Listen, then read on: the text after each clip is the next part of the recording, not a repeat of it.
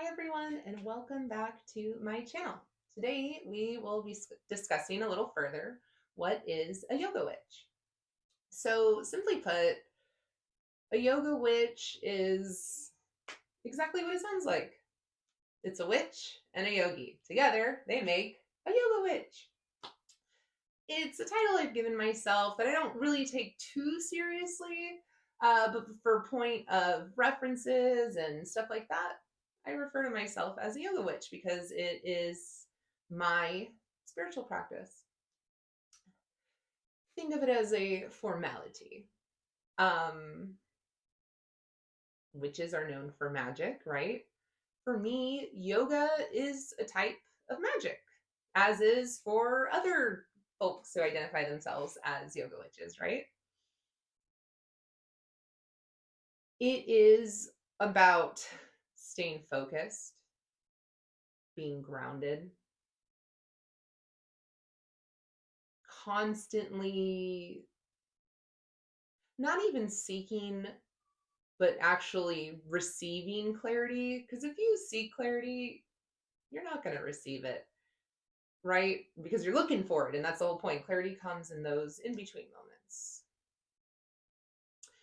Um, Being able to practice in like for example a yoga class, you need to be present. You If you want to hold a pose, you need to be in that moment. And a yoga witch lives for being in the moment, right? It's kind of that rock and roll 70s wild child, creative soul, creative spirit in a very grounded approach, right? It's about flowing and being free and living life without inhibitions, holding yourself back, because both practices are very empowering. When I, for example, when I got into crow pose, which is a very hard, has been a, I've been practicing yoga 10 years, never got into it until very recently. But right when I got into crow pose, for example, I had a moment of empowerment and nothing could take that away from me. No ego got in the way because simply I got into crow pose. It might sound silly, but think about it for a sec. These moments of finding and acknowledging and appreciating your self worth, for example, moments like that are what create personal power. A yoga witch is definitely empowered. In fact, they are so empowered that they empower others. And then what happens is it creates kind of that domino effect. And through a mass collective, we empower each other, empower the world. And my mission in this channel is showing you all how to find your personal power. The yoga witch is on the path to personal power. And this isn't about ego. It is not about ego. It's about finding yourself, your voice, your authentic expression, whatever that is, and letting your light shine. Yep. Your altar is your yoga mat, and your yoga mat is your altar.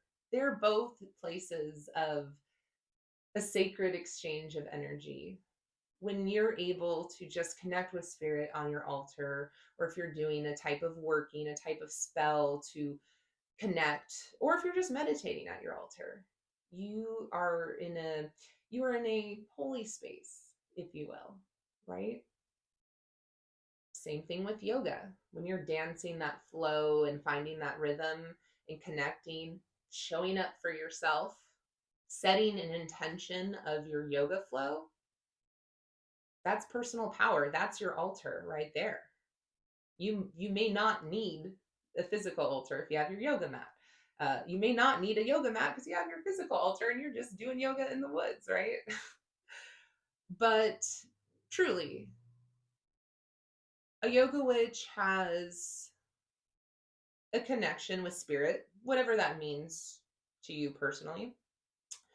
It could be divine masculine, divine feminine.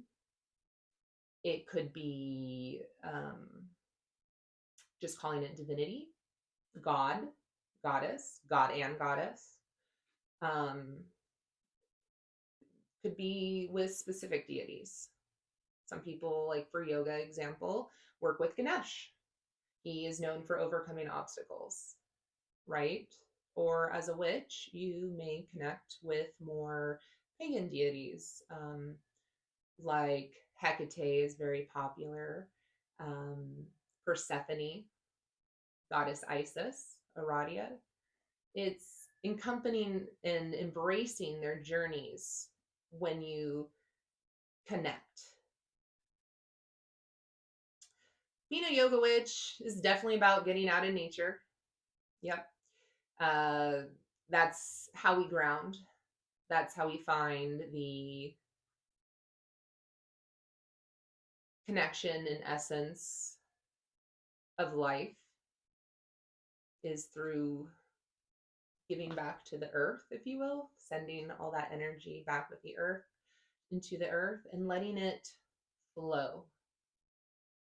We refer to it as channeling, right? Channeling spirit. And that's what I was referencing earlier. A yoga witch definitely has a journal of some sorts. It's either going to be a book of shadows, a journal, maybe both, maybe an art book of shadows. Any type of journal work is about self-discovery, which which is what a yoga witch is all about. Improving the mind, overcoming obstacles, sitting in the light in the dark. A yoga witch is not afraid of the dark. She or he, they're okay with stepping into their shadows, because not everything is all love and light. Stepping into the shadows for a yoga witch just might begin with acknowledging your own flaws. That's okay. It is so much, though, about staying in the present moment, and I cannot stress that enough. It's allowing yourself to feel. It's about connection.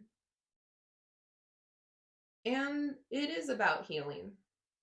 It is absolutely about healing. Empowering yourself through yoga and witchcraft and healing through that helps. It helps, and it's helped with me, at least, staying grounded when having to make difficult choices. Standing up for yourself when you feel like it's the wrong thing to do. Setting boundaries when you're not used to saying no, you're a recovering people pleaser. It's about so much, right? And it's a journey. And yeah, so I hope that resonated. This definitely comes from the heart, and I know sounds very zen and very spiritual, but that's what it is for me. And I don't know, does this resonate with you? Would you identify yourself as a yoga witch? Do you see where I'm coming from, at least? What does a yoga witch mean to you?